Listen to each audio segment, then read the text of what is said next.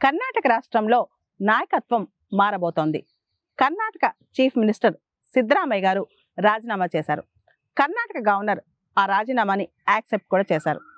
మనం చూస్తే గనక కాంగ్రెస్ అధిష్టానం నుంచి ఈ సీఎం మార్పుకి ఆదేశాలు వచ్చినట్టు తెలుస్తోంది.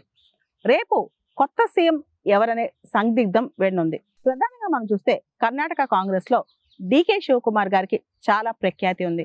అయితే కర్ణాటకలో 2023లో ప్రభుత్వం ఏర్పాటైనప్పుడు అప్పట్లో ఒక చర్చ నడిచిందనమాట.